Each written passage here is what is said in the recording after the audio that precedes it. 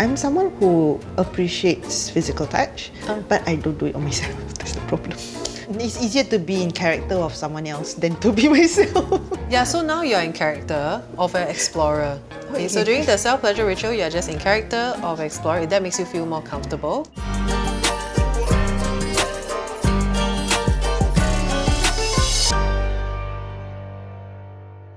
Welcome to Sexology 101. My name is Andrea and I'm a sex coach. Oh, my own sexual wellness, I definitely would rate it at a 10. But to be fair, I've had also a lot of practice, I have a lot of studies, I have a lot of support from peer coaches as well.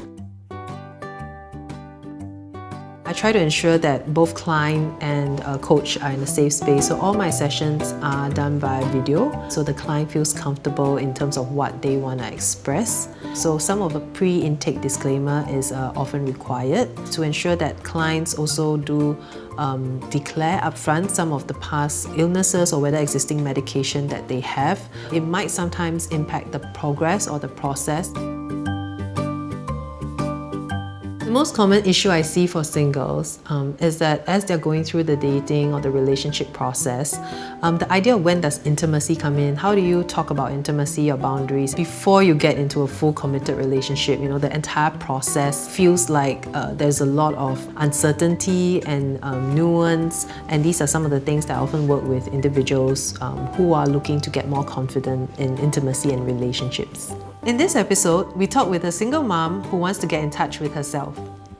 Hi, my name is Meethomaira and I'm 38 years old. I'm actually anxious meeting you. I hope it's not too late for me at my age to actually be concerned about my sexual wellness. I would like to applaud you for your courage. At the end of the day, anything to do with the relationship to our sexual self is a very intimate and sometimes taboo topic. Yes. And so it does trigger different emotions, it does trigger different fears. When you were coming here today, what is the key thing that you wanted to work on? I guess what I hope is that how could I be aware of my needs, especially in terms of sexual wellness, and how I can probably gain some knowledge in a safe and secure environment, because that's very important to me. And it will really affect me in terms of my mental health. I would rate my sexual wellness currently as 1 because I do have fears in relationships, and being a single mom, it will be a juggle between work as well as caring for my son. I've met my ex-partners basically online, but mostly they want like casuals or hookups or friends with benefits, no string attached, and I'm not into that because I think I'm someone who is very loyal. You mentioned sexual wellness being a 1, from a 1 to a 10, right? Imagine you're on a scale and I'm pushing you on the scale. If you are a 3, how would it be different? Actually, I'm quite open in exploring and experiencing to be better in my sexual wellness. It's just that, of course, I have to find the right partner. Imagine now you're at a 5. What does that look like to you? Well, probably I have someone with me, someone who is committed, consistent. Besides the fact that you're with someone, how are you in your sexual wellness, in your exploration and all that? What will you be doing at a 5? Well, not just for pleasure, but it's more of like the attachment, like getting to know each other and being comfortable with each other. So you kind of also mentioned mental health. So what are some of the concerns you have in this area? Probably anxiety, just to be with someone new, you know, that kind of anxiety. Okay. And being able to just share the space with someone. When there are other mental health concerns outside of sexual health, you will end up triggering different emotions, different concerns, and sometimes you don't even know when they get triggered. So it's just to be mindful and to know that sometimes when these things happen, it's not because there's something wrong or anything, it's just because you know you're in a very different state. When it comes to feeling, you mentioned safety. So what will make you feel safe?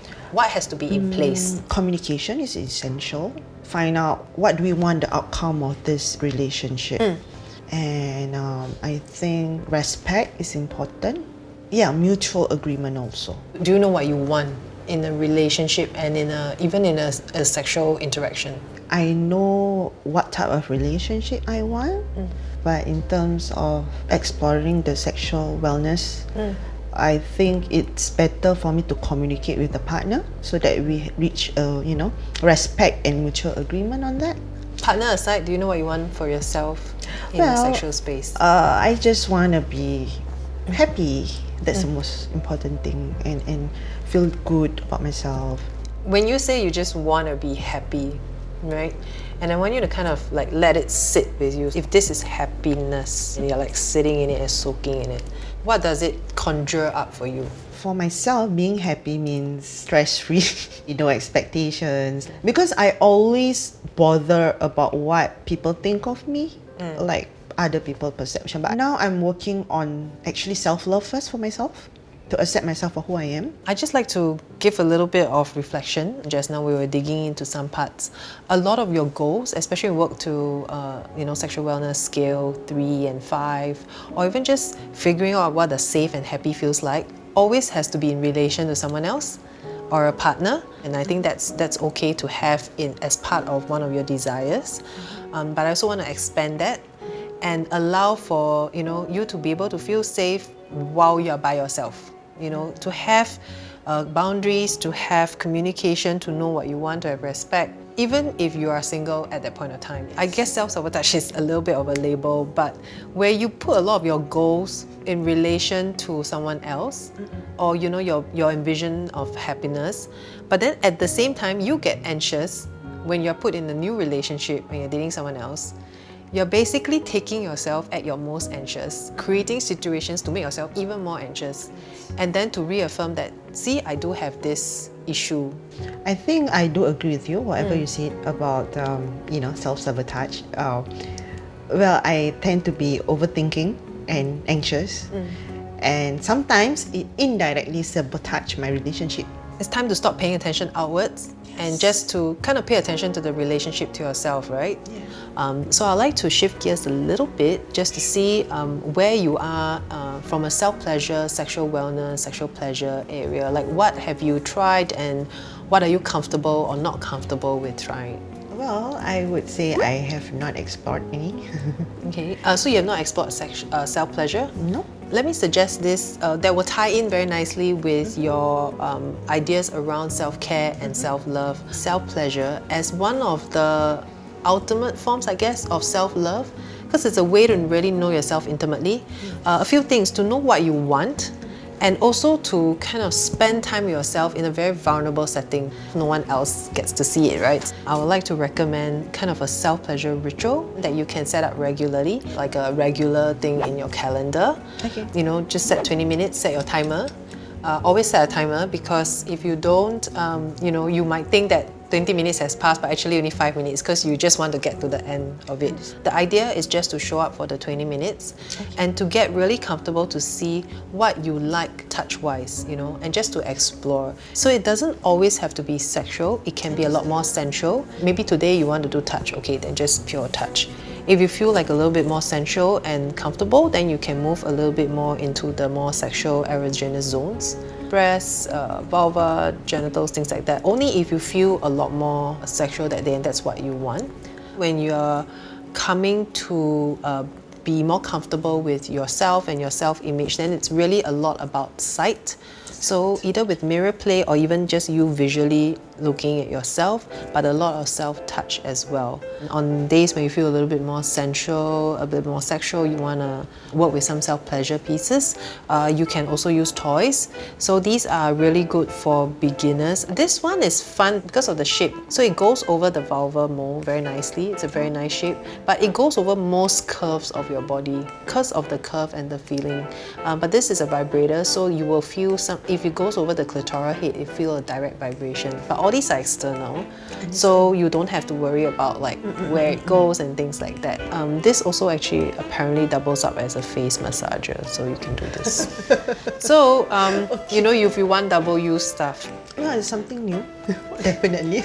I've never seen before, and I think it feels, of course, scary initially. I mean, I do get anxious, but I think it's doable. When you start to to get into that space, you start thinking a lot of things. I need you to get breathing first. Yeah. So I want you to start breathing and low and slow. So it kind of forces you to slow down, then bring in the toy, just feel the vibrations, and then start with the lowest vibration.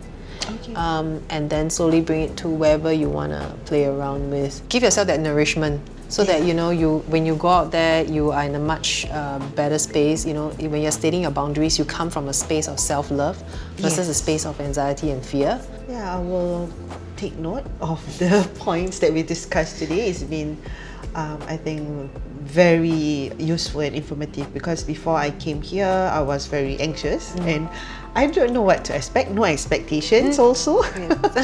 And now I think I'm in a better space and as well as knowledge on this topic. Self-love isn't just an act of self-care. It's about loving all of who you are. Your pretty and non-pretty parts, your acceptable and seemingly unacceptable parts. In fact, in the range of self-love, it's about getting from acceptance to loving yourself and being intimate with yourself. Coconuts TV.